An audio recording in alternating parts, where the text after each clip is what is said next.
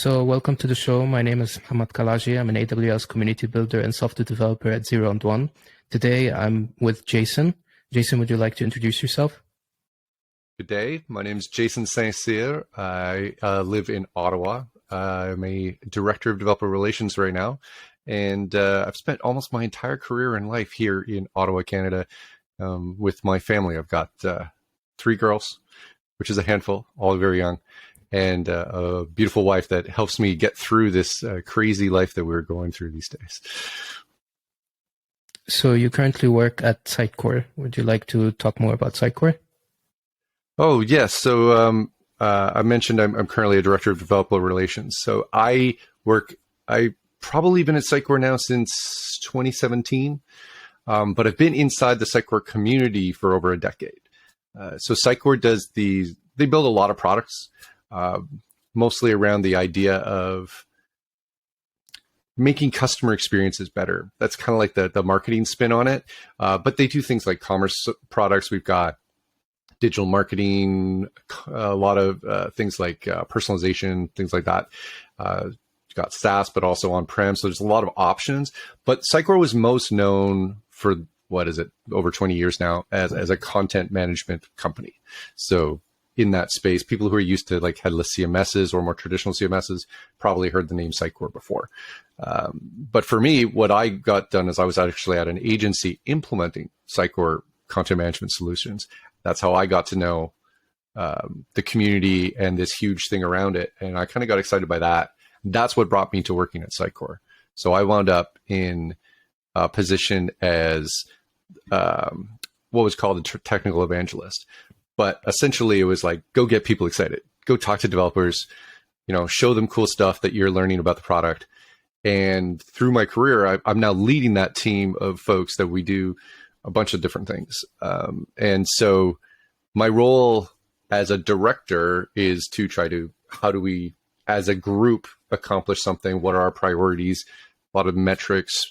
But I'm kind of addicted to the developer advocacy side of things as well and getting involved with the community. So I probably pitch in more than I probably should be at a leadership level. But developer relations itself as a group has a lot of different ways of doing things. I think at Sitecore, when we talk about developer relations, it's very much focused on engaging with developers, getting them interested in the software, but also then once they're engaged, how do we build out a good experience for them so that they, want to keep working on it? And then also creating these communities and events and things like that, that they want to then go and attend and meet other people in the community and build that all up. So that's kind of where we're looking at developer relations at Sitecore as building relationships with the audience and trying to advocate for that audience. So if developers are having a tough time with a particular API or there's some feature in it that's making it really hard for them, how do we smooth that out? How do we work with the product teams? How do we make sure that developers want to keep developing on Sitecore products, right? And how do we make it so that when they go and talk about what they're doing at their job to somebody on a podcast, that they're excited about what they're doing? That's kind of like ideally what I'd love to see. But usually, let's say, for example, if I want to go to an event, so I would just come up and learn about certain things about Sitecore I might not think about. Or is it like I come up here and I ask some questions? So, for example, I'm guessing like Sitecore is going to be a very big software or a very big LMS, not LMS, a CMS. So there's going to be a lot of things that can do the job that I might not know about. So I go to this event, I might meet someone who might tell me this trick and all of a sudden I might implement it at work. Yeah, and it's exciting to see kind of how different people approach problems. So one of the greatest things that I've seen is, and this is for any event, whether it's Sitecore related or not, is watching people who have built a thing go up and show off what they did. And they don't work for the company. They're just doing their job and they had fun. And they show a bunch of other people who are working on similar tech what the cool thing they did. And they inspire somebody else to go and do that. Our team tries to do that to try to say, hey, this is what we think would be a really cool thing to do. But then we also want to get other people that are not us to go and show what they're doing. So if we do something like a Sitecore oriented event, like we have these community events called subcons in different places in the world. And that's all community driven. It's a bunch of community speakers. Sitecore speakers will come in too, because people like to hear about product roadmaps and stuff like that. But a lot of the community speakers, they're showing off all these cool things that they've done, how to integrate with some other system, or how they did some cool DevOps thing with Azure DevOps or something around our software. Those kind of developers talking to developers and showing what could be done.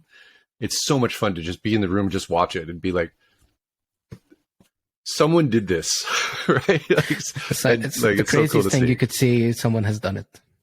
Yeah. Yeah, stuff you want to even think about. Exactly. I saw a team build a robot that would be tied into our software, somehow learn about you and what you did, and was able to talk to you. Never a use case we would ever sell our software for, but this was a couple of guys just decided, yeah, this would be fun. Doable. They made it work, right? And everybody loved it. It was just one of those inspiring, cool things that happens. Yeah.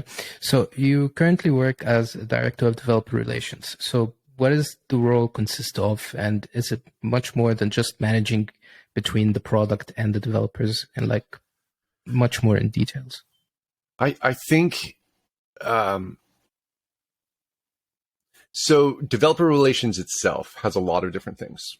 I think if I focus in just on my role as the director, I have a whole team. So I have a people management aspect to my job, right? So I'm trying to keep a group of people working on developer experience and community and our developer advocates, and keep that group aligned on what's the biggest fires today, what are our quarterly half OKRs, what are we measuring against, what are our targets, how are we doing? So there's a level of that comes to my job of the team management.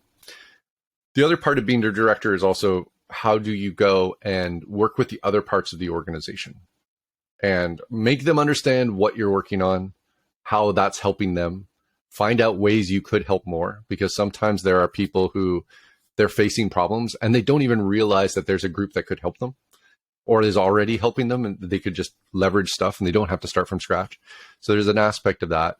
There's an aspect also of trying to, who is it? Emily Freeman. I don't know if you know Emily Freeman. I think she's currently at AWS. She's a great person in the DevRel community who used the word human router to describe our roles. There's this concept of like, you just wind up connecting with so many people that you wind up having people come to you for things that are unrelated to what you do, just because you've connected to so many people, and you start routing people and going, you know what? I know this team that has exactly what you need, and you connect these people together. And you can do that inside the company. You can do that outside the company. But there's that aspect to the job, I think, as well. That's beyond the, doing relationships with developers, which is obviously the key piece everybody wants to do, is like, how do we get developers to be more connected with us? It's like the term, I know a guy who knows a guy. It's like, exactly. Yeah, I know a guy who knows a guy who knows a guy who works there who can help you. Exactly. And you make these connections with other companies too. So one of the things that's happened in our space, I'm not sure if it's the same for your space as well, but we found that there's this, for a while, there's been a move away from trying to buy software that does everything, and towards getting like smaller bits that solves your particular problem, and then putting all these bits together. So oftentimes you need connections to what are those other things that you need, because you can't come to us and have us solve everything. We're going to need to know, like, oh, you should really talk to Microsoft about this, or wait, no, this is a Google thing, would fit for your piece, right? And know all these different people you can connect with. So even beyond your own community and your own company, you then have this wider industry kind of connection that you made. So like you say, you have to know a guy who knows a guy who knows a guy. But there's a problem, is that you can't find a solution that fits all, and you cannot please everyone. That's the problem. Oh, yeah. I mean, that's an age-old product management problem, is what do you do next, right? And you can't make everybody happy all the time. So you have to look at, okay, how much impact are we going to make by making a change? If we go in this direction, is it a small group? Is it a small opportunity? Or is it a big opportunity? And going towards a bigger opportunity, you might not make a small group happy. And that's that decision that can be hard because you can't get everybody happy. And sometimes if you try to make everybody happy, you wind up with this thing that doesn't have like a vision because it's just like a hodgepodge of a bunch of stuff together. It's much more complicated. I'll give you like an example of this. There's a tale of this ship for a king. I forgot the name of the ship, but the king have this like a medium-sized ship, and it has like 200 cannons, and then all of a sudden he wants 400, and then he wants a bigger ram on the front, and then he wants to have more aesthetics from the inside and the bigger everything. He instead of the ship finishing in, let's say, 2 to 3 years, it took like 10 years. And the moment that ship went into the sea, it sank. Because it has all those shiny features. It has everything that everyone wanted. Actually, the king wanted. But it has everything that wowed everyone out. But yet it sank because it has so many things that it's illogical to have it at a certain level. So most of the time, those kind of people just create, let's say, like a plugin, or they create, let's say, like a side stuff and just connect it with the existing service. And then all of a sudden, they just either sell it as a service if it's working out. So you start seeing products on top of products. Definitely. And that happens at all layers, right? Like somebody's building a server somewhere. They've got the hardware. They're building the steel. Then someone's like, yeah, well, I can take the steel and I can make a rack. Then I'm going to put our servers in, and they're building on top of that. And then someone goes, well, I'm going to sell the service around managing those servers. And then someone's, I'm going to build the service around managing the people who manage the service. And it just layers up, right? Till somebody pulls a plug and it all comes crashing down. I think it's an XKCD comic that has like the internet, the web internet. It's got the tiny little block, somebody's little like, personal pet project. No, that's some guy's library from Nebraska. Yeah, like you take it out, the whole thing falls down. We've seen examples of that with like, I think it was LeftPad. It got taken down, like the whole internet crashed. Right? Actually, the whole internet crashed when Colors, remember? Colors library. Oh. Yeah. Oh no, I don't remember that one. Oh yeah, Colors library. Even like the AWS SDK library just went off. That bad. Yeah, and that's how we've built it up, and especially modern web development now, where we're using npm packages and stuff like that. And everything's got a dependency on a dependency on a dependency. The graph of dependencies is so huge.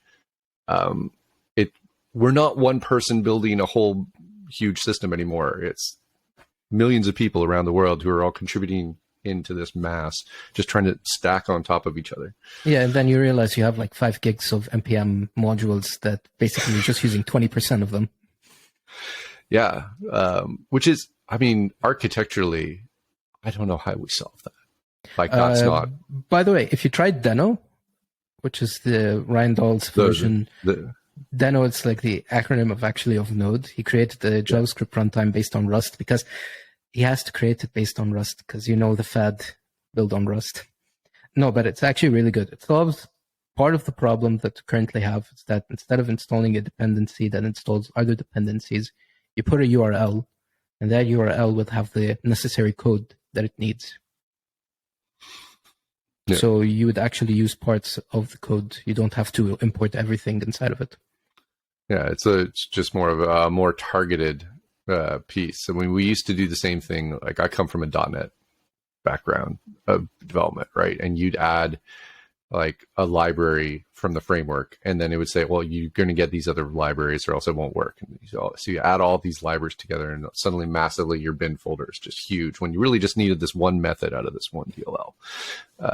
But now you've taken up 6 gigs on your server with all your dependencies.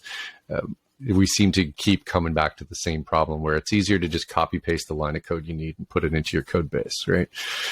I'm going to shift towards another question, which is, you also, at Sitecore, you worked as a head of developer advocacy and technical evangelist manager. What is the difference between those roles and the director of developer relations? And what are the similarities between them? It's kind of So I a would big say question. there are a lot of similarities. Um, there's an interesting switch there where you see the name technical evangelist to developer advocacy. And that's because we actually, when I joined Sitecore, technical evangelism was the thing. We were part of marketing, and we were very much focused on how do we create great content? How do we get developers excited? We did a lot of product marketing for technical audience and that kind of stuff. So we had a very specific angle. And so I started as a technical evangelist, and then I started leading that team. And so that's where I became a manager of technical evangelism. When we made a switch over to the product side of things, we switched from our focus of product marketing and evangelism. We kept some of that activity, but we switched over to the term developer advocacy because we wanted to shift our focus more towards how do we improve the product and go in that direction, as opposed from a pure content creation. We still do a lot of the content creation. I'd say it's probably a big part of our work. But we've tried to shift mentally the focus. What are we thinking about? So I became a head of developer advocacy at that point, as opposed to managing technical evangelism.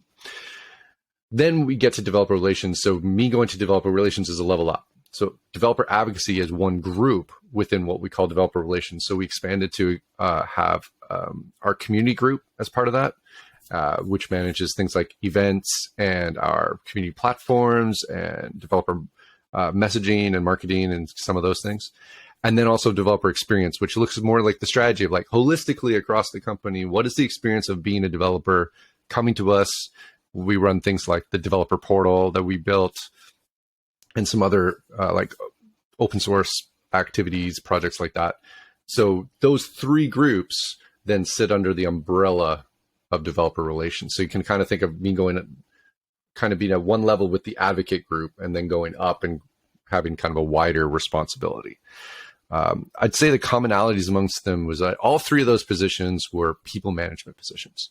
So I am focused very much on how do I make my team do a lot of the work. And while I like to be a player coach and jump in and do a lot of stuff as well, like creating videos or writing blogs, things like that, I love doing that, which is why I do the job. My role is really not about that. My role is to make other people able to do those things. So how do I open up the opportunities, find the right roles for people, hire new people into the team sometimes when we get a chance. That's always a fun time. And I think the hardest part of the job is how do I look at each individual and find the direction that that person needs to go in and work with them so that they know where they want to go. And I open up the opportunities for that particular path. So I can't look at all of the people and go, oh, you're all going to do this next thing and move them together. I have to find different isolated ways. And that's not always possible, right? Because companies have priorities. These are the projects that are going to happen. So not everybody gets a chance at what their next thing is going to be. But it's definitely interesting to try to find how can you make someone's career go forward and have that like responsibility to also be thinking about that. It's like, how do I, like, even if I don't go forward, how do I make them go forward? So that, you know, the day you've hired someone, your job is to make them leave the team. Like that's a weird thing to do. Is like, I want you to go do something else from the day I've just hired you, but also get something out of that because clearly I've got something I need from this role. It's why I'm hiring it. So it's a weird thing to both be coaching and mentoring, but also managing a team that has to achieve objectives, because sometimes those, they don't always well align, and you have to find the way to make those align. I'll pitch in on this actually on just 2 points. The first point is discovering what the person, what each person is going in which direction. So if, let's say, for example, if all of us are in the same company, I might like something that someone else might not like doing. So it's just easier to let me do that kind of work and the other person do the other type of work, so that both of us can move forward, but I can focus on doing the things that I can do and I love doing, and that person can do what he wants. So let's say, for example, if we're going to build a product and you got, let's say, like 5 full stack developers. So if I'm very comfortable with backend and someone else is very comfortable with front end, I would just let the front end guy handle a lot of the tasks of the front end, and I'll handle part of the back end. Versus if you gave each one of us, I'm going to say this, equal tasks between front end and back end, because I might take more time to do the front end stuff, and the front end guy might take more time to do the back end part. We might take extra time to get things done. Yeah. Now there's a challenge that you just mentioned in that particular example too, is that as a team lead or a manager, efficiency is key, right? You want to get the thing done as fast as possible as you can, get it out the door, get your return on investment, right? But what if the backend developer doesn't want to be a backend developer and wants to learn front end? Now, as their coach and mentor, you're like, how do I get them the opportunity to learn the skills so they can become a front end developer while not tanking my productivity of the team, or possibly stepping on the toes of the person who's currently the front end developer who really loves doing that, and now they're seeing their task go to someone else who's not as good at them as they are. So that's a challenge when you have those things, is that someone might be really good at something, but it might not be what they want to do next. And you have to find ways that within your team you can get everything done, but give those opportunities and open those doors. And it might not be something as simple as back end to front end. It could be something like somebody wants to be a team lead, or somebody wants to switch careers completely, do project management, not be a developer anymore. So there's these different paths that you have to try to open up. It's a complicated thing because you don't know what the person is thinking on the inside. And you don't know how. That's why we have to talk. It's quite difficult. But what I would just recommend is basically would start with, let's say, for example, you start giving them small tasks and start to see if they're moving forward toward this. So let's take the example of the backend guy. You want him to learn front end, not because you're forcing him or anything. It's just you want him to become a better employee, a more valuable employee that you might benefit from him later on. You can give him some tasks and you start seeing his productivity. If it starts affecting the efficiency of the product of moving forward, I may say, okay, let me just decrease those tasks a little bit. I think I might starting to push his limit a little bit. And then I'll start giving him tasks later on and see throughout, let's say, a year or 2 years, since it's going to take some time. You can't evaluate people on a very short time. In like a year or 2 years, and I see the amount of tasks that this person have done. Have he done a decent amount of tasks, let's say front-end tasks, that I can evaluate and say, okay, he's moving forward, or he's not doing that much? Yeah, you're right. You're talking about the performance evaluation side of the job too there. You're right. Like, somebody might want to do something, but turns out, yeah, maybe this isn't for you. Or you need to put in like way more time to learn it. And it might not be at this job that you can do that. Maybe you need to go and take a boot camp or something to catch up a little bit, because on the job it's just not going to work.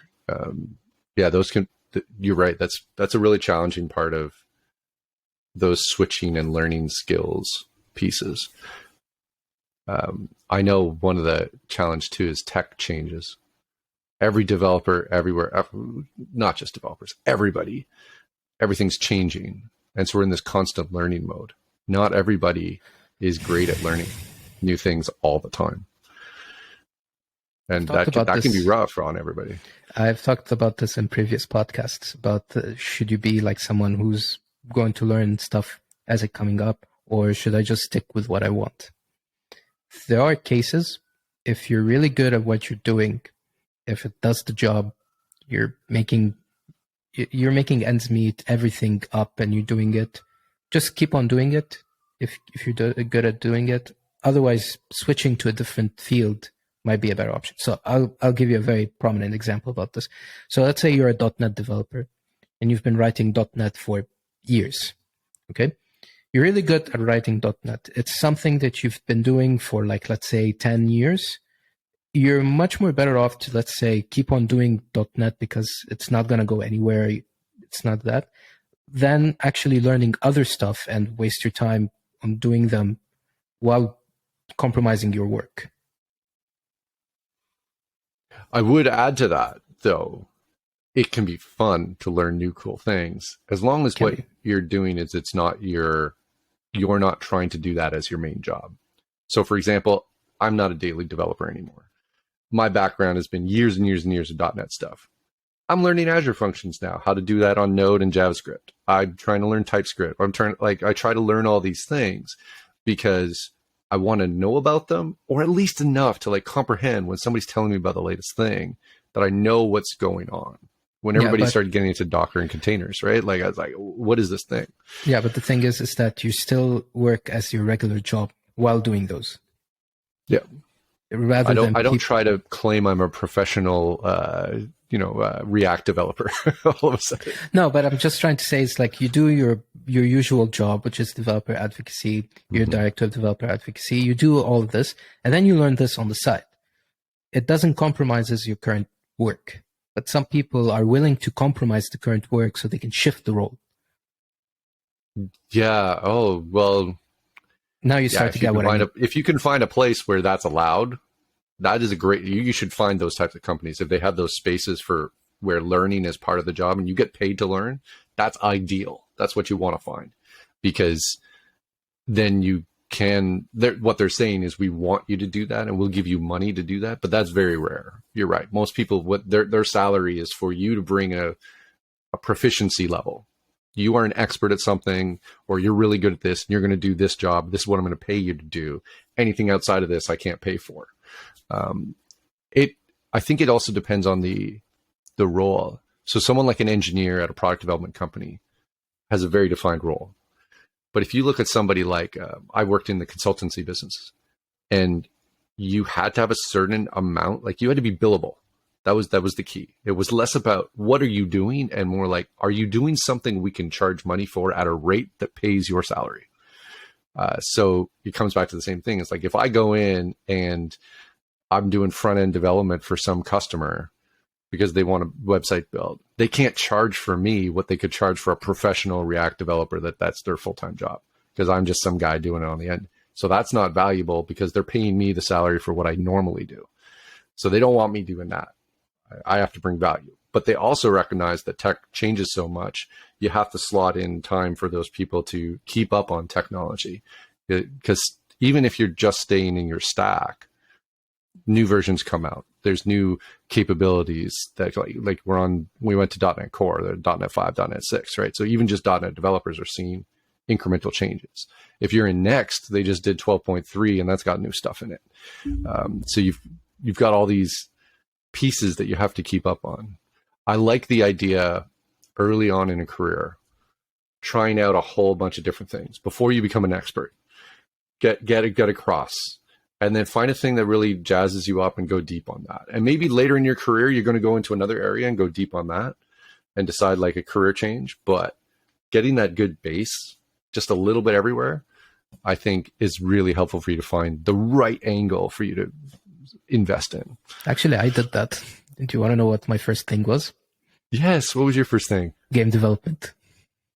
Oh, I've always wanted to do that. I went to a game jam. Just let me tell you this. I went to a game jam on a weekend, and I learned Unity on a weekend. It was stressful. I was 17 years old, but it was the best experience, because what I did is like, okay, I'll give this a shot. If it worked out, if I kind of liked it, then I'll just keep moving on it. I've went to like 2 to 3 game jams. Then someone told me like, hey, how about we do let's say the game, and how about you do the backend stuff? So you would do, for example, the scoreboard. I tried that and I was like, oh, okay, I kind of like this much more than before. So I just switched from game development. I switched to writing backend. Then I started doing front end as well. I kind of liked it. I pushed it forward. I've learned mobile development with React Native.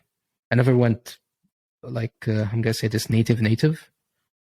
I just did it for work. There was a job requirement that said we needed a React Native developer. I was like, okay, I can pitch in. I don't know React Native, but I know React. So I pitched in. It worked out. I stayed there for almost a year. It worked out pretty good. Yeah. So you went the approach of trying a bunch of different things, see what kind of like Yeah, but then fit with what you do. I took the safe spot and I just focused on doing this. I'm learning other stuff, but they're taking a lot of time to, like, let's say, take time for them. Yeah. So as you start to age forward, so let's say I'm 24 right now. I'm still relatively young, but You're a kid. I've got shirts older than you. Yeah, I'm a kid. And I'm saying that as what I used to do in 23, I used to have a lot of time to learn stuff. Now I can't even barely, I can barely like sit down for like 3 hours straight and just learn something. Yeah, I've started in my career allocating time in a week. So I block off like part of a Friday or something. And that's like my learning time. And I pick something to go into. And it makes it so hard to go deep. You can't go, there's zero chance of me going and doing a weekend and learning something, right? It's, we've got other alternatives. When you start being a parent, you've got your kids become a very big focus, and you've got your family and stuff like that. And life just happens and you change your priorities. I liked when I was in university, I went through a program that had kind of a co-op option where you could go and do jobs as you went along. It meant your degree took longer, but you'd like disappear for 4 months or 8 months and go work in the industry. And those types of little like locked in learning places where you can go in. The expectation on you is not high because they're expecting you're coming in and going away. So you can go in and just learn a bunch of stuff in a real setting without the need to be feeling like, oh, this is my career now, because I'm still doing school, right? Like, this isn't what I'm doing. And I think we need more of those types of opportunities for young people who are going through their initial part of their career, where they can be in a safe place to go and try real jobs and different things and find what's going to fit for them. So when they're coming out of the door, they've already got a leg up. They've already got work experience. It's easier to get a job because you can look and say, I've got a year or two of experience already done. I think we have to find ways that can happen more often. I did that, but in not a direct form. I skipped uni days. I skipped a decent amount of university days, but I did maintain a good relationship with the doctors, so they put my attendance even if I wasn't there. But I used to go to events, I used to go to competitions. One time I skipped university and I went to a hackathon and I won. And then on a Monday I just came up to university. It's like, okay, there's nothing happened. I'm just a normal dude. I entered university when I was 17. I went into competitions. I even got a real job at 18. I was writing Angular too. Yeah, don't ask. It was really bad, but I got the job experience. I've learned this throughout time. So what you're trying to say, it's yes, those kind of things should exist, but it's kind of difficult to do it since it requires resources and money and time, and you need to expect that you're training people. A good percentage of, let's say, like 10% of them will be the valuable people who's going to bring you value. The 90% of them won't. So your chances of getting people, it's a little bit slim, but you get very highly skilled people that does what you want easily. So you can train them to do other stuff. But the percentage of the kind of people that you get is very low. So if you hired, let's say, if you got 100 people, 10% of them will be the skilled people that they actually want to do this. The 90% of the people would say, okay, I'm still going to see my options. I'm going to move towards other things. Yeah, and I think a lot of companies are more open to doing that when the market is really strong, because they're able to say, well, we're going to invest in taking a chance across a bunch of people because we know that we can afford to do this payout. And then when you see markets get a little more conservative, suddenly you see people going, oh, now everybody's got to have like 5 years experience before I hire them. Right. And it's like every job, it's like entry level, 5 years experience. You must have 20 years experience up for this job if you want to be intermediate. Because now they're risk averse, and they know it's like, if I hire this is who I can hire. I don't get another shot at it. So this is what I'm going to do. We see a lot of companies who, during kind of over the pandemic era, they kind of did this trajectory up, massive growth, across a bunch of startups and smaller companies, did massive growth, hired a whole lot of people. And then as soon as it has a downturn, they realize that was great then. Maybe we have to like go to a different level now for what it is. And then you have other companies that are more stable, they've grown at a slower rate, even when times were really good, and they don't have to do those cutbacks. They might tighten in different ways, but they didn't over-index on staffing. So different companies approach it in different ways, and I always find it interesting to see how leaders make those decisions, because I've been in different companies. I'm a very risk-averse person. So to me, it's like, I don't even understand someone who goes and like, I'm going to spend it all right now because it's good today. I'd be like, I don't know what it's going to be like 2 years from now. I'm going to keep this now. Right. And I'd be conservative to save for the winter type of approach. Right. But it's interesting to see how different people, and sometimes it works out for people and sometimes it doesn't. Most of the time they just cut off the people that they got them recently just to save up costs. So they say, okay, this guy's like 1 to 2 years experience. I'm not going to remove the guy who's like 5 years experience, has been working with us, who understands a lot in the business and the systems. For some guy, I'm teaching to become a skilled individual. So they cut.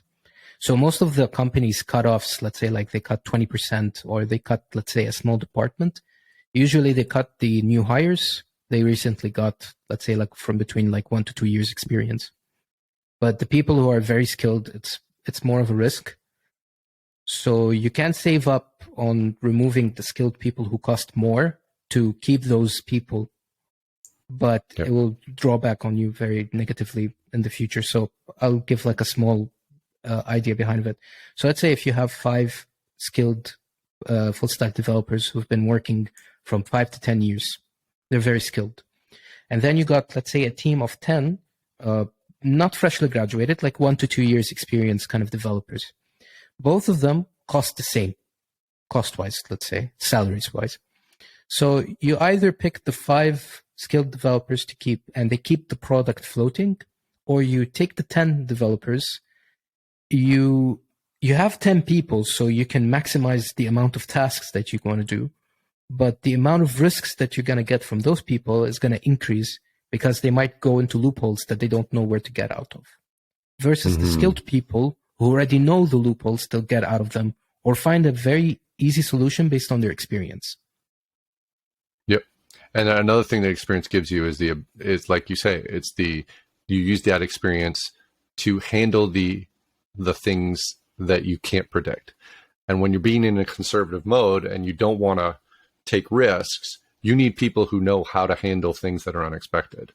Because if you are having a bunch of people who don't know how to handle those, if something unexpected happens, you don't have a team who knows how to handle it.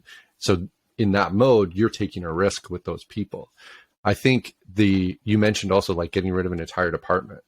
So there's a money aspect, there's the risk aspect of like who's got the experience and not, but then there's also a strategy aspect. So where is this company going? So you might be, as a company, doing multiple experiments. Google does this all the time, where they all of a sudden it's like, we're not doing Hangouts anymore, chat's the thing, or nope, we decided not this one, we're going to cut this. So you can have people who are extremely experienced and their entire department just disappears because we need to cut and that thing's not working out. We tried it out, didn't work. What's interesting is sometimes they'll go in and they'll say like, yeah, well, we really want like these 2 people. We'll just move them over here. That whole department's going to go, but we really like these 2 people. We think they could go and do something else. So it's interesting that when you have the room, there's this ability to risk and take a chance. And then all of a sudden, then you find out what is truly valuable to the company when things start cinching up. And I think that's a mode that across the world right now we're seeing a lot of, right? Where people are making those decisions of like, what is important to me for real in this company? What do we really want to do? And who do we really need here on the team? And that is rough because there's good people who are really good at their jobs who suddenly don't have a job anymore. And it's hard to see. And then a lot of people are in a position where they can't hire. So even though that's a great person, we could really use them over here. but you don't have a job to give them. And it's hard to, as a person who likes to help, it's hard to see that when I see people that are good, people that I know, and they wound up losing their jobs. Life's tough. Yeah. The only thing we can do is, try to connect them, try to do that human router thing. Do I know someone who knows someone? Do they have a job, right? Like, how do I make those connections? That's about all we can do. But that's actually, I just want to ask about the whole human router kind of thing. But doesn't this gives you like a very uneven advantage versus others? So let's say, for example, if I know you, okay, and let's say I lost my job at company X, okay, and I couldn't find a job easily. And I came up to you and I told you like, hey, Jason, I got laid off. I'm looking for an opportunity if you can help me in. And you say, okay, I know someone who can help you get a job. And I got a job. But what if someone else didn't know you? They would have a very tough time to find a job. Oh, yes. So you're talking about basically the advantages of a network. Yeah. Where, if you don't have a connection into the network, you can't go anywhere. And there was this, it used to be the only way to do it was in the office. You had to be in the office and talk and schmooze and meet the right people so that you could then make the connection to the job you want in another department in the same building. Like, that was the old school way of doing it. Now we're doing it digitally. Now we're making connections on social media. We're making connections on conversations on podcasts, right? And you go out there and you find these people and you try to build some kind of connection to different people. And the people who can't do that, either through they don't have the privilege means to be able to, or they're in a place geographically or class-wise that they are excluded by some other group. And we see this all the time, like the celebrity structure, right? Like, they hang out with their own, right? They're not as much pulling from random person who works down at the bank, right? So you have these circles of people, and it's hard to break across circles. It'd be great if we had people who were just in every circle that you knew, and you'd like advertise somewhere. It's like, if you want to go do this, go talk to this person. But isn't this what Polywork is trying to do? Ironically, it's like, it's telling you like, hey, this person can do this. You can collaborate with them. I think Polywork, I got into Polywork because it fit with the vibe of what I feel a lot of us do. You kind of realized that it's creators. Trying to fix this edge. Yeah, because LinkedIn was supposed to be that. LinkedIn was the network builder, the professional thing where you would create connections and you would know someone, and when they posted a job, it would show up in your feed, and so you could create like first, second, third degree. LinkedIn did that really well, of like, how do you connect in a graph with people and then have job opportunities show up? What Polywork has changed is Polywork went and said, the people who are like this are not just this one-dimensional resume. They're something/something. They maybe something/something/something, right? They might be 3 or 4 different things deep. And they aren't represented well by those job markets where it's like, you have to be in this box. So you're going to look at these things. Polywork has that option where it's like, you can say, well, these are all the things I'm good at. And someone's like, here's all the things that I want to get done. And then you can kind of create it together. I'm interested to see where it goes. Polywork's very, very early in its stage. They just did their Series B, so they got out of public. They got out of invite only. They're no public. Yeah, which is a good thing. I mean, the invite only is great for building hype, but at some point you have to get to that. I am now going to be an open social media platform that people can get in, and anyone can connect with somebody else, whether or not they know. Like me being able to meet you through Polywork. That was great.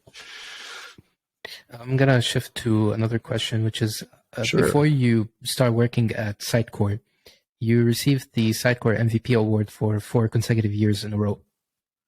Yeah. Did those awards push you towards getting a job at Sitecore? So we see, let's say, people who are like Amazon heroes or Microsoft MVPs or Google developer experts, they get hired as, let's say, developer relations or similar roles at the respective company, or I'm just saying something that either I'm biased about or something about it. I would say Here's what happened to me in the actual like flow of things. I got to a point in my job that I was at where I wanted to make a change and do something else. And I had two offers on my table. I had one offer to be a director of engineering at a local company. I'd get to be in Ottawa. It would be my chance to go up and do line management and all kinds of stuff. It was a good career opportunity. And then I had this job to be a technical evangelist, not leading anybody, over at Sitecore. And these two opportunities were in front of me. And I had just spent 5 or 6 years getting to know that software and getting to know the community. And I think those MVP awards were a reflection of the stuff I was giving back to the community. I was doing blogs, I was doing public speaking and stuff like that because I liked doing that stuff. And then here I have a job to like really advance my career as a leader or do the stuff I was doing on the weekends and get paid for it. So I was suddenly faced with, well, I'm clearly doing this job already, whether or not I work there. And now they're telling me I can get paid for it. Like that's probably what I'm going to do. So I think when people are getting into that MVP, ambassadors, whatever the programs are, those awards are usually signs of someone who loves doing a thing. And so it makes a natural sense that someone who loves doing something is going to then try to get a job doing that all the time. I also, as a hiring manager, when I look at a field of candidates, I have, I think, one person on my team who had no experience with Sitecore before, never was in the community. I've only ever hired one of them. Every other person on that team has had some kind of experience with the product already, and that is what drove them to wanting this type of job, is that they got excited. They want to be part of that. So it definitely helps. You also create, back to our network discussion, you create these networks of connectivity where you walk into an interview and the person hiring you already knows you. They already know what you can do. They've seen your stuff. So you have this leg up. It's like you've been auditioning for them for like 4 or 5 years, right? And they've seen it. You're a known factor. There's no risk for them as a hiring manager. You're just basically doing the interview just for the papers. Yeah. They already know you. They already know you. Like, we already seen your stuff. We're just doing the thing that we're forced to do. Although, I mean, sometimes what happens is you go up against other people who have also been doing that. So now that's harder as a hiring manager when you have multiple excellent candidates that are all qualified. How do you pick the right one? That is a tough question. And it's never the same, because it's always down to the people and what you think is going to be the fit, but also what is different. So there's a question I ask in all my hiring interviews is, if you were to join our team, what do you think is the superpower you bring that is going to be the extra thing that we need at Sitecore or whatever company I happen to be hiring for? And I do that because I want to find out, what do they think is special about them? What is the unique piece? Now, maybe they bring a different geographic experience, or they have a different culture, or they have a different background in terms of what they work on, because maybe we don't have any React developers and they're really strong in React. Or maybe it's they love doing videos and we have no video people. It could be all kinds of things. It could be somebody who's really great at podcasts and is like, well, we don't have any podcasters. That'd be cool. Somebody always has something that's unique to them. And I think that's a part of building a team that's hard to do, because you often wind up with a lot of people who look similar. And you have to find those things like, what is the extra bit that I'm going to do to make this team better? And do something else, do something cool, not just more of whatever we did. So it's back to the part of, some people like to do something and other people like to do other things. So you start focusing on each one of them to do what they want. That's exactly. And people get happy at their jobs if they're able to do something that they love, right? And that leads to retention, which reduces churn, which means that you have a more stable team, which allows them to get past the, what is it called? Forming, storming, norming, conforming. I don't know if you're familiar with those 4 parts of the team group. No, first time hearing them.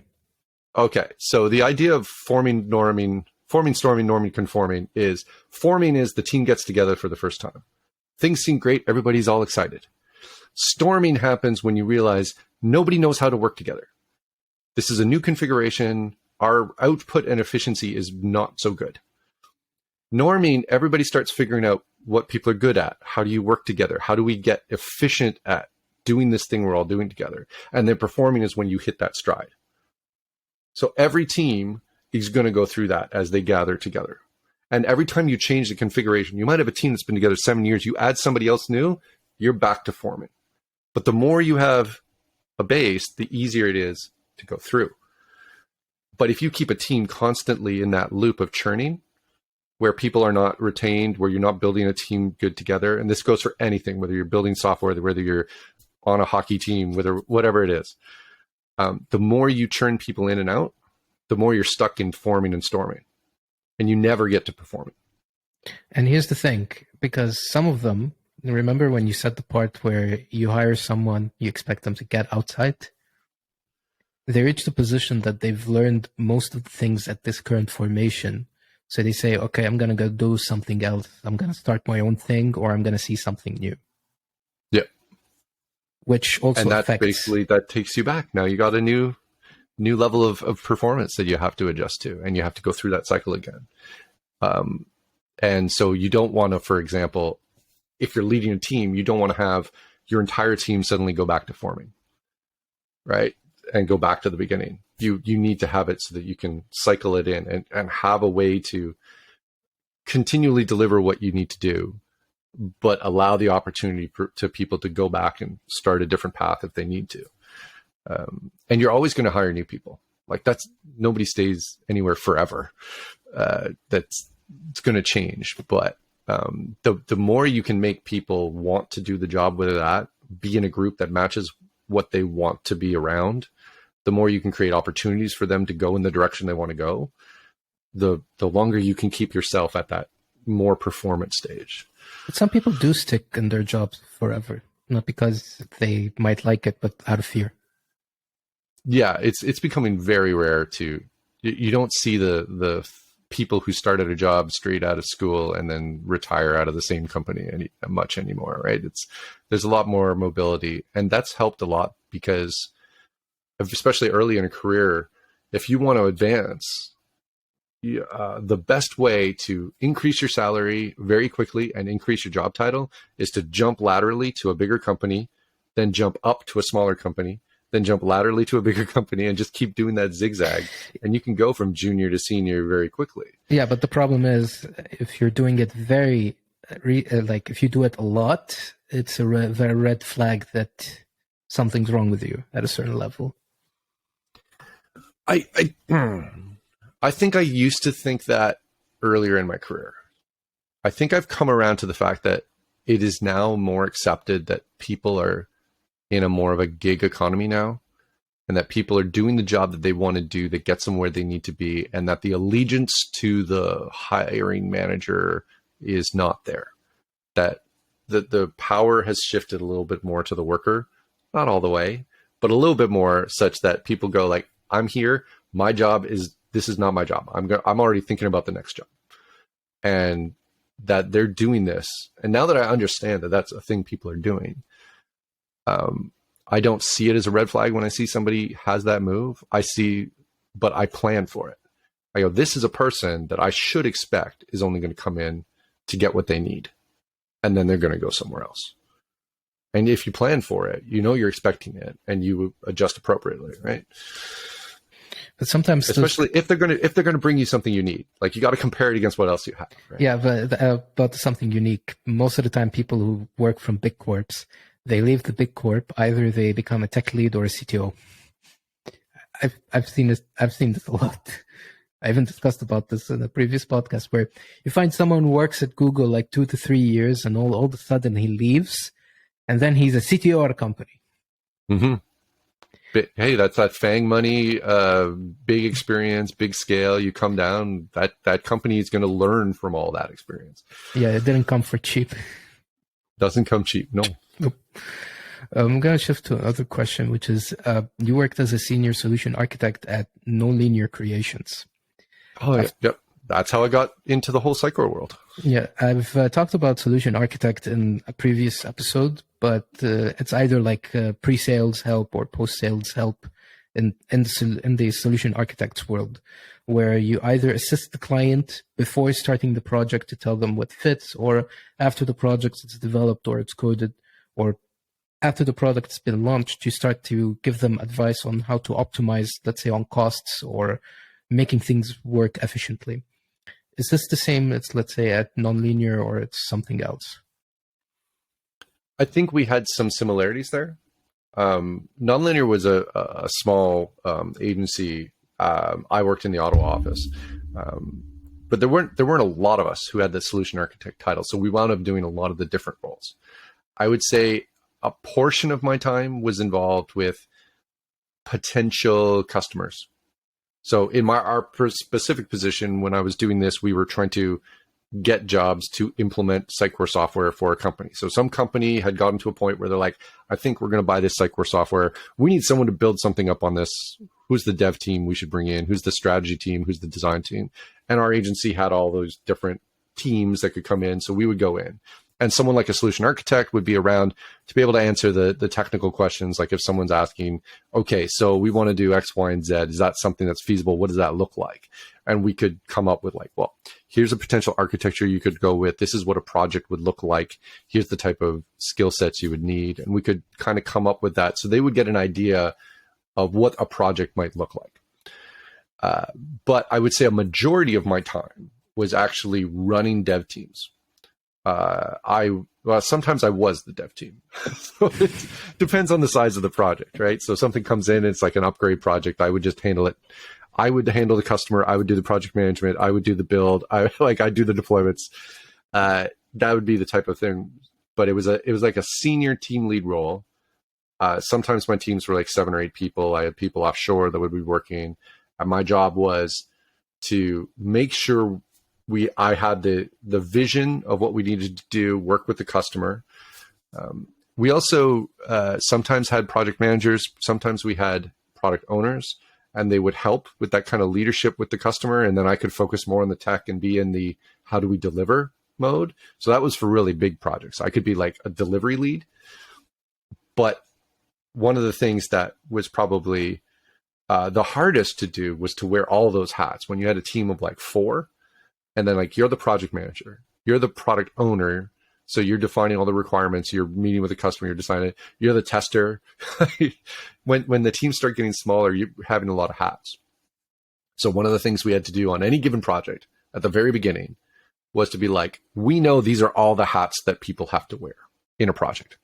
Who is it that's on our team? Who's going to wear these hats?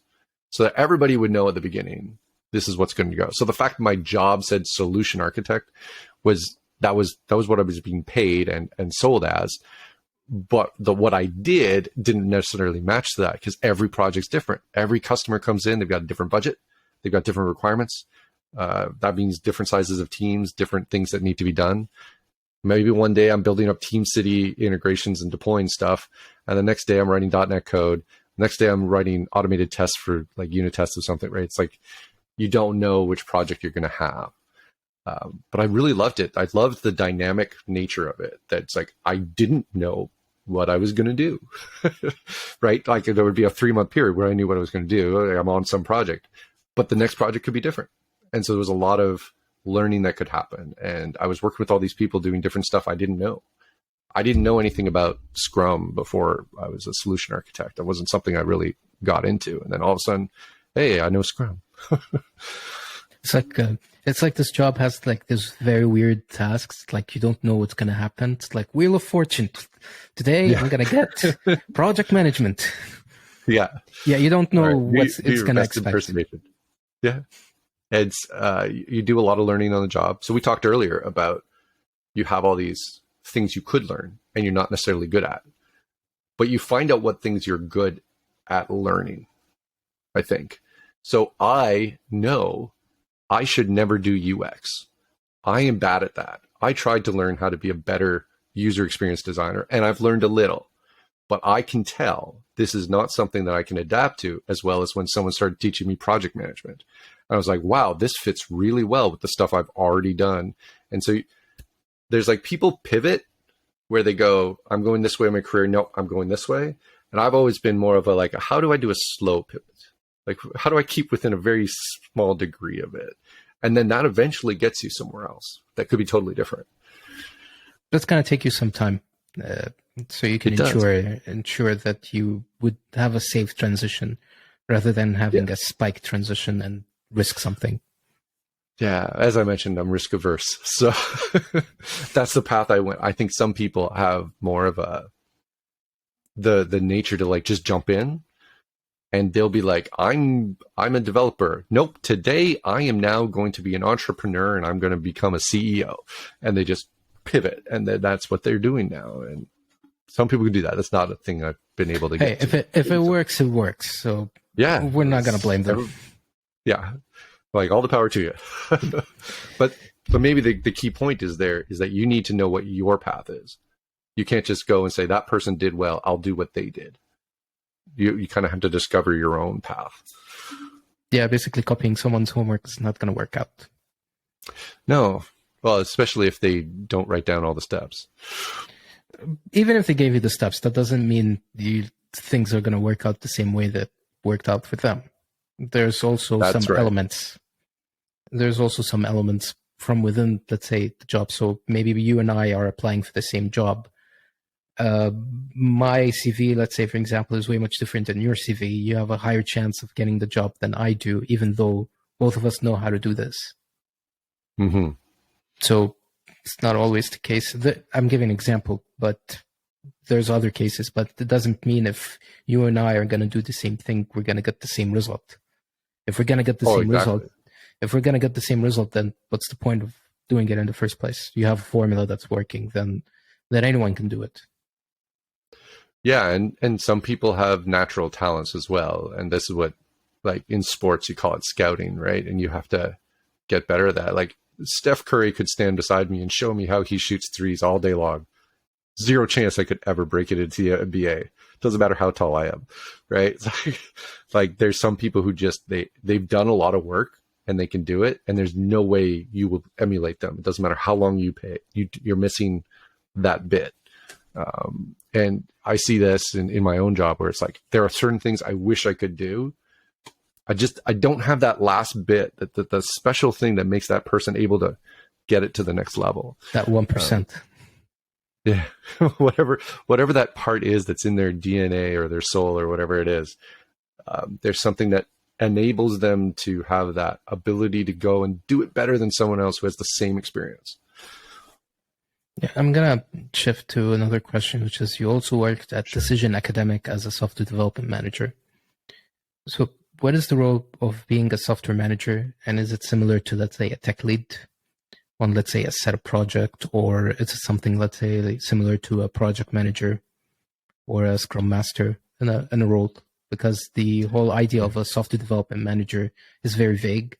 They might tell you you're a manager, but you might be a tech lead, or you might be, let's say, a project manager, but you know some code so you can assist them. Yeah, in that particular instance, the role there was to distinguish between someone who was a developer versus the people who manages the developers. And that when that was being used, it's about people management. So this is about hiring and firing, performance reviews, trying to define career paths, things like that. So a people manager has a very distinct role from a team lead, but often you're doing both jobs. So as a software development manager at Decision Academic, it was a small company. It was a small R&D group that I had. But that meant that I was people managing, team leading, project managing, doing release management. So you're doing a lot of stuff because you have to wear a lot of hats in a small company. But the piece that distinguishes it from someone being one of those other things is where you are responsible for someone else's career. And people management is not for everybody. And at that time, I don't think I was ready for what people management meant to me in my career. So I had spent quite a bit of time being a developer. I was pretty good at it. I thought I was pretty good at it. I don't think I was actually necessarily all that great, but I thought I was doing really well. And trying to be a people manager and throw away all the stuff that I really knew and like totally switch, that was really hard at that time. I was early 30s, I think. Might have been 30, 31, I can't remember.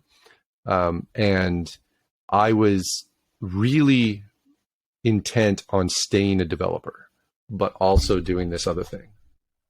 And that did not work well for me. Like I was mental health wise, it was way past what I could handle at that time. And I had to learn a lot the hard way. But I think as a people manager, we have to focus more on those people and less on the individual tasks. And that's something I've always struggled with. I want to get my hands dirty. I love doing that. And that's hard when you become a software development manager. You're usually got the background of being the developer. And separating yourself from that, it's tough, especially in a small team where you could help. Like they're struggling. There's so much to do and so few people. Like you can get in there.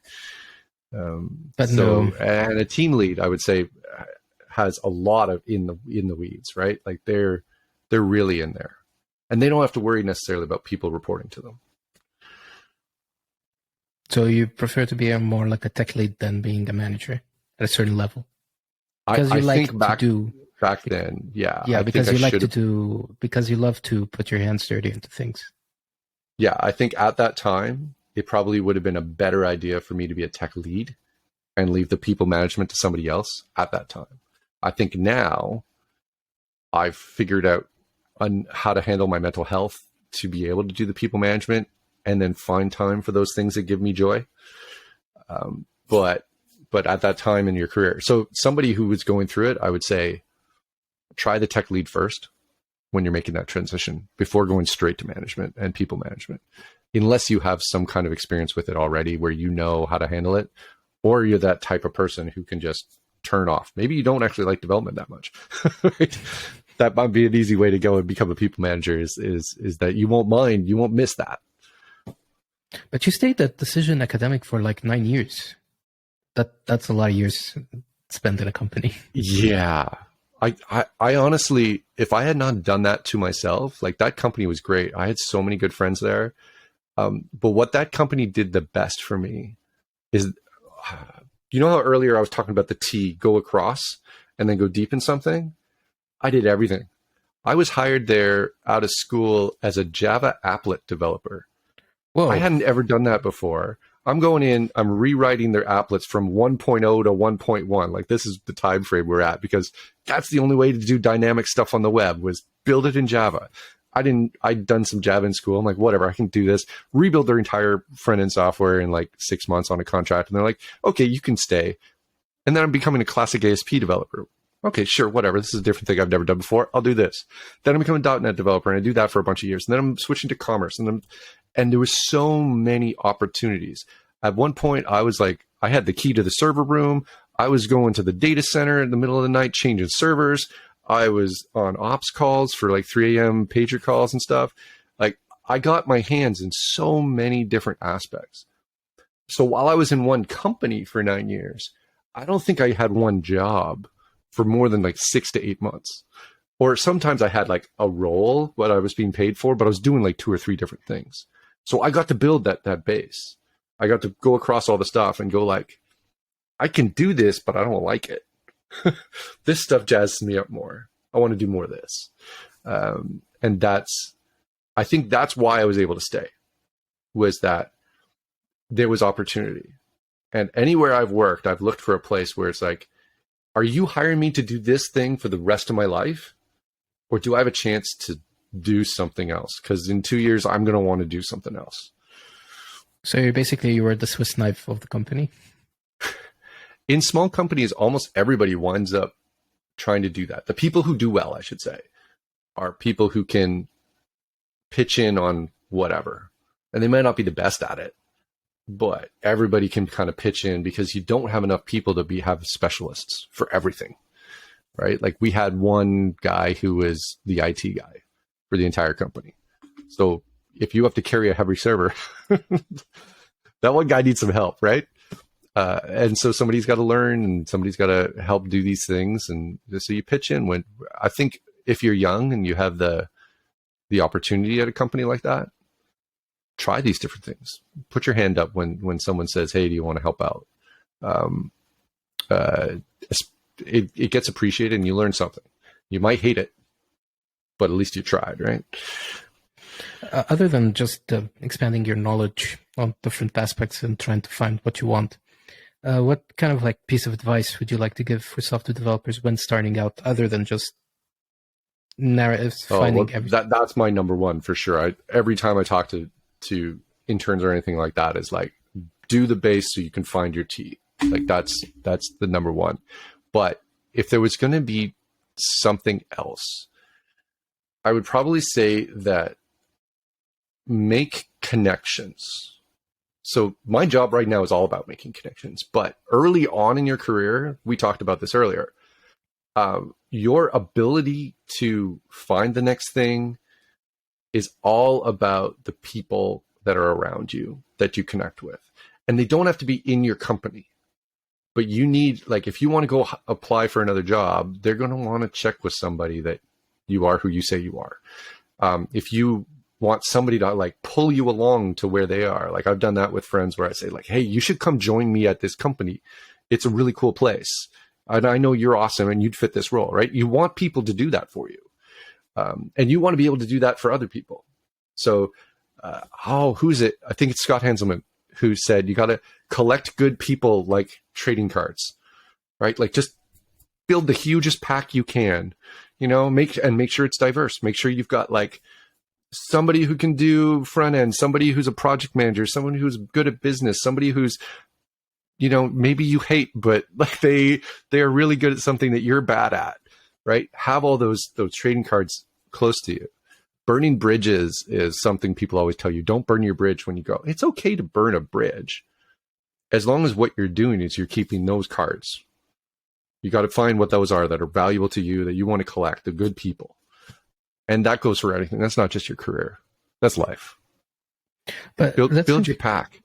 Build your pack isn't like, for example, if you want to build your pack, do I have to get like certain things to validate my pack? So let's say, for an example, some people go towards certificates as an example, since it gives you the sense of validation.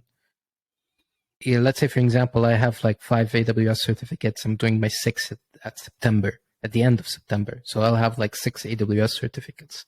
But someone's going to come up and see, let's say my CV will come up and say like, oh, this guy's a skilled person. He has 5 AWS certificates. That means he has a set of knowledge of AWS. Then I would consider hiring him. But that's not the case, because some people might be very good at AWS, but they don't have the certificates. Yeah. I'm a little bit biased here because I went the no certificate route for a very long time. So my particular way of going about things was that I didn't believe that certificates were going to say that I was good at something. I had to show it. That's always what I believed, is I have to show someone that I'm good at something, and then I'll get somewhere. Maybe that's why I stay at companies for so long, is that I'm investing in them to say, hey, I can do this. And it's like, hey, you let me do that, so I'm just going to keep showing you. So maybe that's why I do that. But I did switch at some point into doing certificates when I found out that it actually helped with an aspect for the company that they needed. So it was less about who I was as a knowledge perspective, but it was more about, okay, like some company has to show that they have 6 certified people to any customer that they go talk to. And if I'm coming in and I don't have a certificate, I'm down at the bottom of the pack, because they need to hire somebody who has a certificate, because they need to go improve that number. And some of those companies, they'll be like, you're really good, I'm going to hire you, but you have to go get a certificate right away, because I need to put that on my wall. Like we had a certificate person walk out and I need a new certificate person. So that's where I see certificates as a huge value, because they're seen as valuable in the marketing of a company to other potential clients. And so then you are part of that commodity. You're part of the sales pitch. So it helps with that differentiation. And I think a lot of people want to have certain certificates, especially on their profiles, so that when people are searching, like recruiters and stuff, you'll get pulled in. You'll get more opportunities. So it depends on your approach. Are you waiting for someone to call you, or are you knocking down the doors, or are you working a network? If you've got your cards and you're getting your jobs all by who's in your deck, your certificates don't matter as much, right? You're working your network. But as soon as you're trying to go outside of that, nobody knows you. What you did before doesn't matter. How good you are, nobody knows. So how are you going to show that? Certificates are one way. You need a form of validation. Some form of validation. I like GitHub repos I've seen on developers who don't have certificates. You can go look, and they're showing you, they're writing blogs, they're building stuff. That's the approach of like, here is my resume, but it's like my portfolio. Like, look at my portfolio. You don't need a certificate to know I'm awesome. But there are certain things you can't portfolio. AWS is a good example. Like, it's hard to really portfolio your skill at AWS well, because there's so many different certificates, so many different pieces. Like, if you're good at EKS, that doesn't mean that I can take you over and do any other piece of the Amazon giant system of things, right? Like, you might not even know how to do all of the parts of EKS, right? So that's where I guess it's similar to us requiring universities degrees on hiring things, which I push back against now. But for a very, very long time, and I think it's still pretty rampant in the industry, they'll say things like, you need a Bachelor of Computer Science. Why? Why do we need to have a Bachelor of Computer Science to write some software for a website? Like, nothing that I took in my bachelor's would have made me good to be a React developer today. Right? Trust me, I feel that. I got the certificate just for my parents. Don't even think I got it for myself. I just want it's them on to job applications. Yeah, I just wanted to. I framed it. I gave it to my mom and told her, "Hey, I got you the certificate. You can go and hang it on the wall. I don't need this piece of paper. I'm already good." Yeah. No, I'm not saying that university is bad. I loved my university degree in that it gave me opportunities to do work before I graduated. And it taught me how to learn. I think that was the best thing out of it. What I learned there, whether or not it was applicable, was largely irrelevant. I was learning things like C and small talk and all kinds of stuff that even at the time I was not going to use. But what it taught me was to do a whole bunch of different stuff and learn it. Like having to learn assembly and then learn Fortran and then learn webhooks and then learn like all that stuff. Every single thing that I've encountered, I'm able to learn what I did from that university. So that was the real thing that showed for me, but that doesn't show up on a resume. That doesn't show that I can do this job. So I think certificates fall into a similar thing. Someone who accomplishes a certificate has been able to show that they were able to learn this thing. And the value is not what they knew from the certificate. The value is that they know how to learn it. So you could throw something at them. This is a learner. They know you can, whatever you throw at them, they've got a base of knowledge and they know how to learn new stuff. And that's to me what a certificate value shows. But there's this three elements, actually. It's reading, writing, and speaking. If you can accomplish those, then you could do it. The whole idea of university, as you said, is to teach you how to learn is actually by start to read. And when you start to read, you can write. And after writing, you could speak. Once you accomplish those three steps, you're capable of proving that you've learned a subject matter. So you can switch to other subjects as well, and you can prove it. Mm-hmm. So let's say, for example, I went to university, I learned how to code, and I took algorithm class. I finished from university, I went and I learned, let's say, Python. If I can read Python code and I can write Python code, if I'm capable of explaining all of the code elements that I've written, and I've showed my experience from reading and writing, then it shows the experience that I currently have. Yep. The whole element of university. Actually, I did enjoy my time in university just for like, you meet people who are similar to you, you have some connections, you learn a couple of things that you don't learn in real life, that you only see them in university. That's partially true. But the academic, how am I going to say this? The academic route only teaches you what the academics want you to learn, not what the market is, because it was created at a time where this fits the market at that time, but they didn't update it yet. They tried to do that in my university, actually, to teach you relatively new stuff. For example, they taught Angular 6 and 7 at my university and Node.js as backend, which is very unusually, you don't find this at universities. But then they switched to the whole part is like, okay, we just didn't see that much of an impact. We'll just go back to the ASP.NET curriculum. And they switched back. And it also comes down to your profs too, right? Like some universities bring in profs who have industry experience, who are associate professors or something like that, where it's like their real job is doing software development out in the industry, but they're going to come into the university and teach what they know. And those are really different classes from someone who has been in academia and might be really, really advanced in the theoretical computer science stuff. Like when you look at algorithm analysis and all those like order and login algorithms and stuff like that, and learning all that stuff, I was not good at that. So I was always amazed by the people who like, this is their life's work. They've been able to go and push this to the limits. They're trying to teach me like the beginning steps and I'm stumbling. And so there is this whole aspect of computer science that is out in a different realm for what we see in the type of work we're doing today. And I feel like when I look at some of the advancements in AI and stuff, and I know like a little bit about what would have had to go into someone learning how to even push stuff to that point, I go, okay, well, so I see the value of academia because somebody is going, how can I do something totally off the wall that doesn't make any sense with what's in the industry today? And I think everybody gets to choose like what side are they interested in, right? I was always how do I build something now? And so I always aimed for that type of stuff. I always end the podcast with a mental health question. It's something that I love to do. And it's always like a mental health question. I've done it on all of my episodes, so I like to have this as like the ending. Have you ever faced burnout or imposter syndrome? And if you did, then what did you do to resolve towards these issues? The reason why I asked about this is because our industry is riddled with burnout and imposter syndrome. Almost like 8 out of 10 people would faced one of those. So I like every single person's perspective about this. You can talk about your perspective freely.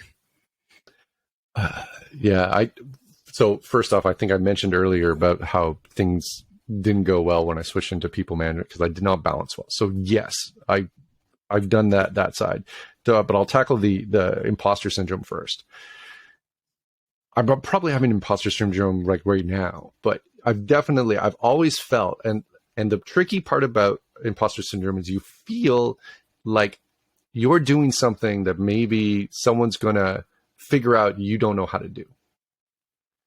And then you can't tell, is it I feel that way because I don't know what I'm doing, because other people don't know what I'm doing, or because everybody doesn't know what they're doing? And because of that, you're always in this like you can't learn. It's not like you go talk to someone and be like, do you think I know what I'm doing? And then they're like, yeah, it looks like you know what you're doing. I'm like, yeah, but do I really know what I'm doing? Nope. You can't get to the answer on it. Right. So I think the imposter syndrome is a tricky one to get around. I think it's a human condition problem. Like we are naturally questioning our abilities. Some people are really good at just thinking they're awesome and all the time, whether they are or not. Like, and I don't have that. But I feel like maybe I've gotten to the point where now I know I'm good at certain things. I have enough experience to have shown that it's like other people have told me I'm good at these things. What I'm doing today may not be that, but at least I have a base of like certain things I can be okay about.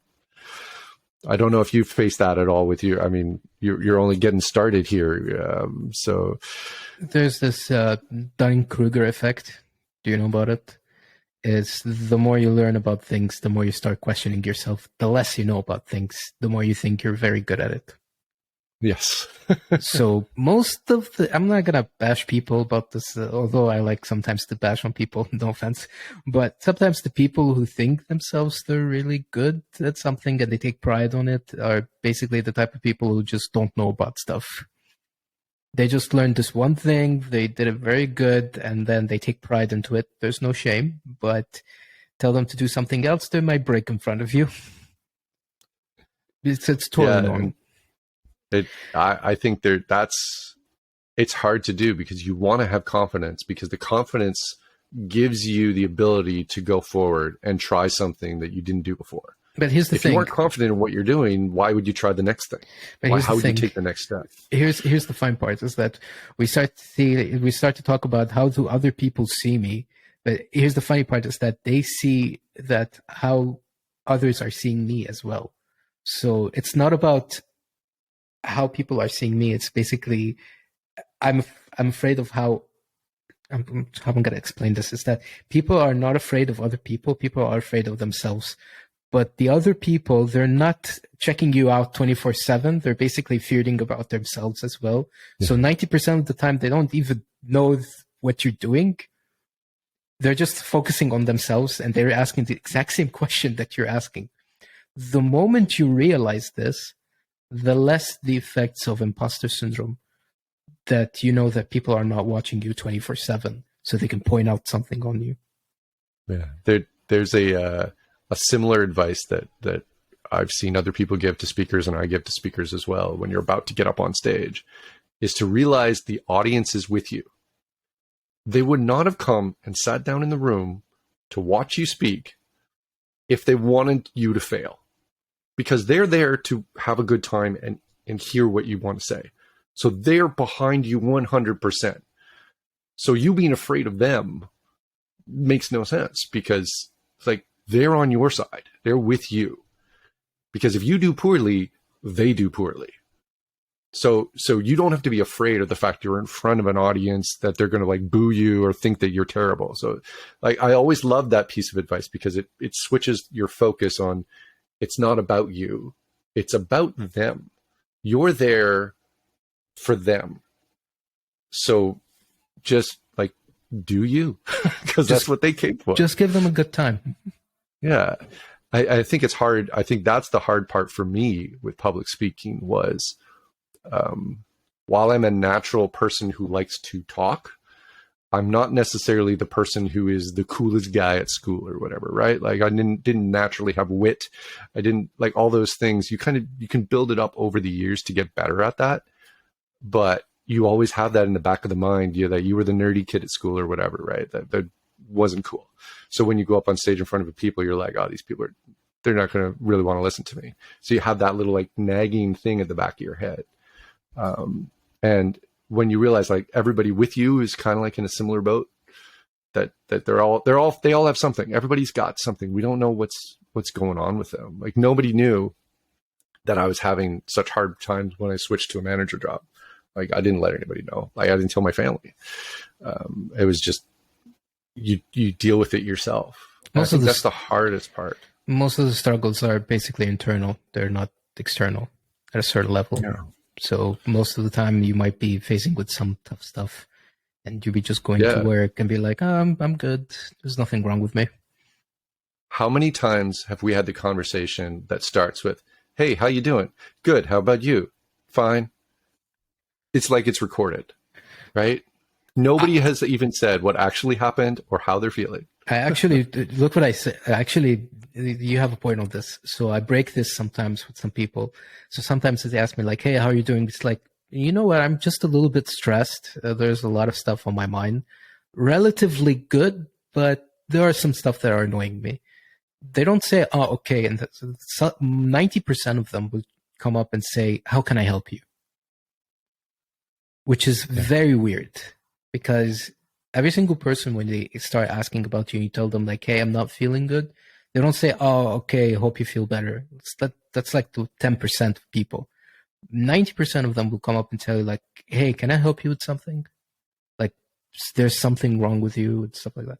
But it just takes from you the initiative to do that.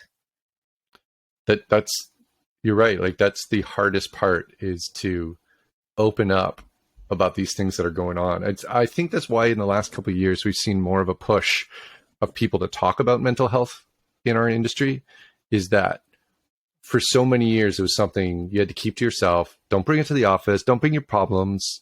Like, that's not what we're here for. We're not supposed to be talking about that. And now there's more of an acceptance for people to share that things are not okay. There's people who will now say it's okay to not be okay, and accepting that when you are having troubles and you're feeling down, chances are the person putting on a good face in front of you has something going on with them too. They're in the same boat, and if you talk together, you might be able to help each other. Now, it's a great sign of the type of people you are around, Mohammed, that 90% of the people around you say, "How can I help?" That is the type of group you want around you. Yeah, you want those people who want to lift you up. It's not just about people lifting you up. There are some people who are just generally nice. There's not bad people in the world. The people who just say, "Oh, okay, I hope you get better," just stay away from them. It's like you could be friends, but you just don't take seriously what's currently going on with them. But most back of the to our cards. Back to our cards. But most of the people, they come up and tell you like, "Hey, you want me to help?" Even your managers at work. So if you're dealing with something and you come up and you tell them like, "Hey, I'm not feeling good these days. I'm dealing with something." They're not going to tell you, "Oh, okay, go fix your stuff and then come back," because they know this kind of thing is going to impact them as well on the company wise. So they're much more better to deal it with you and trying to help you to find a solution so it doesn't impact work. Absolutely. And I went through some stuff last year where my need for personal life balance was way over there. Like I could not focus on work. Work was not going to be able to take the priority because of stuff that was going on with my family.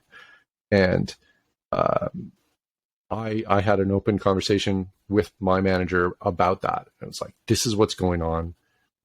I need to go, and not like work can't be my focus. I'm going to be taking a bunch of time off. I need this right now. And I got full support, and he fought for me upwards to say like, this is what's happening. We're going to support this. We're going to make this happen. And it's not the first time that that's happened either. When something in my life was needing that extra thing, finding a manager that is there and listens and understands what you said, that long term, this is going to be better for all of us if we don't try to force through this, that we support and we give something so that they come back and they're in the place they need to be. Because if we try to force through it now, you're either going to lose a resource on your team, or they're not going to be doing their job very well and start impacting other people's ability to do jobs. Like you said, right? It's a lose-lose if you don't support your people. And that's a hard part of people management, is building the trust so that people will say that to you. Like, I don't know that everybody on my team tells me everything that's going on with them. I know that sometimes they will, but I can't be certain, right? I can never be sure that I've built up enough trust that they're going to come to me when they need that help so that I can help them. And that's a tough part. So you have to like ask questions every now and then just to check, try to have a real conversation. It's a little bit difficult because if you're a manager, they might think that the kind of advice you're going to give them, it's going to be judgmental. Whereas if someone on the same level as them, they're not going to judge them. They're more freely to say about those. So most of the time in your team, the people who are on the same level would be sharing stuff with each other. But they're not going to share it to you, not because they're afraid of it's going to impact work or anything, or how you're going to see them, but rather how you're going to judge them work-wise.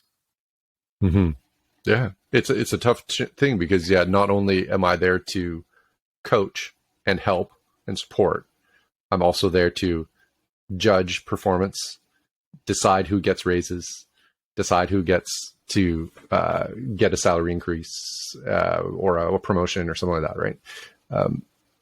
So there's two aspects of the job, and I feel like they conflict. And this is probably where having people who are smarter than I have recommended that as a people manager, you should try to stay out of that as much as possible. That they should have other people they talk to, professionals, leave the psychiatry to those people, and wait till someone comes to you and deal with it as it goes. Because if you get too deep into it, it can be hard to do the other aspect of the job. And also the other aspect of the job affects your ability to have those conversations with those people. So it's a very tough line as both the employee and the manager to walk, where you have this weird connection where someone controls your career, but also is the best person to support you and give you the things you need when you're encountering like a mental health issue, for example. Yeah, but because it's gonna make inaccurate assumptions of the person. So you might say, oh, this person underperformed a little bit because he's going through a depressive state. You might say, okay, maybe next time he'll get better. You start favoring people over people who don't have that much issues. So they might get an advantage over some other person who really worked hard. So it creates more of a biased kind of thing. So you start feeling sympathetic towards the person who is facing an issue. The point is to help them, but not give them an advantage edge over you, which is a very difficult kind of thing. Yeah. I mean, we're all, in the end, human beings talking to other human beings, and we can't do that without emotion. We can't do that without having biases. There are going to be people that you encounter in your life, you're like, this is an amazing person. They are great at that. And then you'll talk to somebody else and they're like, what are you talking about? They're terrible. But it's like, yeah, but I saw them do X, Y, and Z, right? Like they're just, and you get these biases of how you see a person. And it's hard to work around that. It's hard to work around that. I think for the mental health thing that we started with, the thing that I learned about all of that was that as an individual, that there was a certain amount of responsibility for me to take about the balance. So like there's other resources that can help me accomplish things, but I needed to find, how do I balance what I'm working on versus what I need to do at personal life, right? So there's the work-life balance that everybody talks about. But then within work, how do I balance the things that drain me, like going to 6 hours of meetings in a day, to energize me, like making a new video or something like that, right? Like, how do I balance enough of each so that I'm in a good mental health space at work? And you have to do the same thing at home. You can't just be in a grind all the day at home. You have to find moments of joy and things like that. What's the common when everyone's talking about go and touch the grass? I'm not a grass touching guy, but that kind of idea, you have to find those moments. It means just go outside. Yeah, but you have to find something necessarily that gives you a recharging moment that is not the thing. You're not just doing laundry or the dishes or whatever, going to get the groceries, right? You got to find other things. There's an interesting book, actually, if you want to read about it, called 4,000 Weeks by Oliver Burkeman. Have you read it? I haven't read that one, no. Oh, it's a really good book, by the way. I should try it. It's about the focus on the things that you could do in your life rather than focusing on the things that's going to happen. So let's say every day you're going to get emails. So you're not going to dread your life reading just emails, because it's going to happen and it's going to be endless. And you have in your life an estimation of over 4,000 weeks to live. What can you do to provide the best thing you could do in those 4,000 weeks? And you start prioritizing the stuff that you really do want to do in your life. So instead of start focusing on the stuff that it's going to waste your time, it's going to put you in a bad mental state at a certain level. It's like, I'm not catching up, and say I'm losing time and I'm not able to do all of this. If you focus on the stuff that really does matter, you can make parts of your life very meaningful to the point you say, I'm doing a lot of interesting things in my life. So you don't feel as if you're wasting your time. Yeah, and everybody has a different thing. I think that's what's interesting, is that I'll talk to somebody who seems to be very similar to me, and then I find out it's like, yeah, but they're really into like rock climbing, and I'd be like, can't do that. That's way high off the ground. I'm not going anywhere near that. but everybody's got that thing that's like, this is what I want to do with my life. Like for me, having a family was a big thing for me. Like it was a while before we started one, but that was a big thing that I wanted to do in my life. That was the meaningful thing that I want to spend my time on. And that's what I'm going to do later today, is I want to spend my whole time with my family, with my kids, and try to see what we can get up to today. Right. I feel like remote work was one of the big changes that allowed me to spend more time with family, that improved my quality of life, because I was able to suddenly say, hey, I've got all these hours of work, but I'm also right here.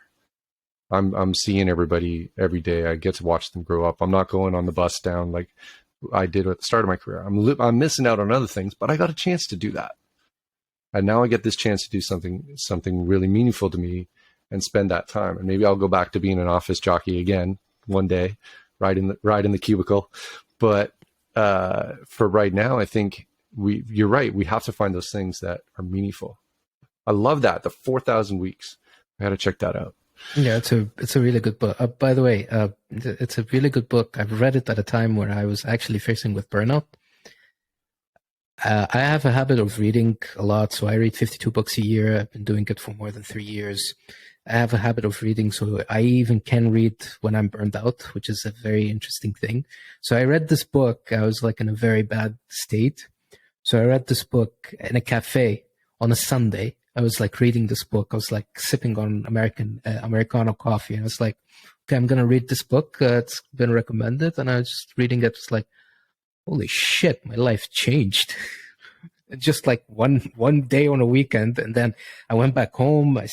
I've put on a notebook. I start writing stuff that I want to do. I've recalibrated my entire life and I moved forward on it, which is very weird. And you've got so many weeks ahead of you to do so many different things. It's going to be amazing to find out what happens. What is going to be 100 weeks from now? What's going to be 200 weeks from now, right? No, it's like you start to expect, let's say, what I'm going to do now, but it's more about enjoying the process much more than the end goal. Because if I'm going to focus on doing, let's say, the end goal, you reach to it and then you say, okay, what I'm going to do next? And you get frustrated to the point that you say, okay, I've reached to my end goal. I have no purpose. It's not about the end goal. It's rather the process. So enjoy doing things. So I enjoy writing code. I enjoy doing the videos. I enjoy writing the blog posts. It's not like I'm going to write 100 blog posts in let's say a year. Okay, maybe let's say I've written 100 blog posts in the first 4 months of the year. Okay, then what? Does this mean I have to stop writing blog posts till the next year? No, you just enjoy the process. You keep writing blog posts because you love writing blog posts. It's not about the number. It's about, I want to do this. Yeah. And when you put numbers that are quite difficult to reach, you get frustrated to the point that you sometimes even burn out because you say, okay, I have this benchmark that I can do, but I'm not doing, so I'm a failure, but you're not. Absolutely. Yeah. I was going to say that when life hits you and you can't do everything that you wanted to do, that's always the point where you start feeling I'm not doing enough. Like I'm not doing the right thing. And yeah, you're right. It's less about hitting a certain goal and as opposed to making sure you're on the journey to the goal and not getting off your journey and stopping it. Because if you stop and you just stay with all those things that, how do you put it? The things that are going to happen anyway, right? Like the recurring stuff. Yeah, the recurring stuff. If that's all that's happening and that's all that's on you, it just weighs you down. Yeah. And it's like, I'm going to be very realistic. You're going to receive emails every single day. You're going to go to work 5 times a week. There's some stuff that's going to happen every single day. If you're going to fret on those, eventually you're going to fret your entire life over things that it's basically that every single human being does face with. So you get emails, I get emails in a day. Okay, this email can wait later on, but I can do something very fun that I want to do. There's no shame into that. But people realizing this is the problem. I think there's a lot of pressure on us to achieve certain things. Like when we grow up, we're told this is the way things are. You're going to do X, Y, and Z by the time you're X years old, right? Like I didn't hit any of those things. I was always trying to do something else. And so you feel like you're always behind a little bit on everything. And there always seems to be something else that comes up that's like in the way of you doing that next thing that you really wanted to do. So I definitely have felt that where it's like, I feel like I'm behind. It's like, how do I catch up? How do I catch up? You're not going to catch up. It's hard to change your focus to be like, no, I'm here now. Whatever's happening is happening. I can't deal with that. But what is it that's happening now?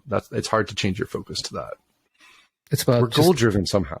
It's like you focus on the things you do have control rather than focusing on the stuff you don't have control over. Yeah. And that's another hard thing. Like there's so many things that we're exposed to that we get angry about or upset about, but we have no control over to affect the outcome. But we get emotionally invested in them. And that really hurts your mental health. And you have to recognize that that's happening to you. Like it happens to me all the time. Like doom scrolling on Twitter is like one of the worst things. It just tells you about all the horrible things happening and you have no control over the outcome. Absolutely not. You just, it feels like there's no point to it. And that it's hard to bring your mind out of that and go, I can't affect that. But it's always eating at you. Like this stuff is happening. And everybody's got that going on. And some people are going to be better at turning it off and compartmentalizing than others. I know people who are able to go through the worst possible things, and they're able to be able to say to themselves, okay, that is a thing that's happening, but I can't focus on it. This is the goal right now. I have to be here right now. This is what matters. And they're able to push it aside for a while. And it might come back later, but it's gonna hit you. It's gonna hit you like a wrecking train later on, because no matter how I'm gonna do, it's still gonna hit you a little bit. Yeah. So even if you say I want to do this, I want to focus on this, and there's some other stuff in life, it's gonna hit you. You might. I'm gonna say this. You might move like a couple of weeks, but then you just get frustrated over the thing that's been pending for a while. That you should have done it, but you didn't. So it also weighs on you on a certain level. Yeah, I'm not sure if we'll ever solve that for everybody everywhere, but I think what's important is the conversation that you're having with people, where you're getting people to talk about this and getting people aware that this is something people have to think about. And the more we expose people to the fact that this is okay to talk about, that this is something to acknowledge, I think that's going to be a big help. That's going to do an impact, because everybody can be aware that it's okay to talk to other people about this, and they don't have to go through it alone. Everybody's doing it.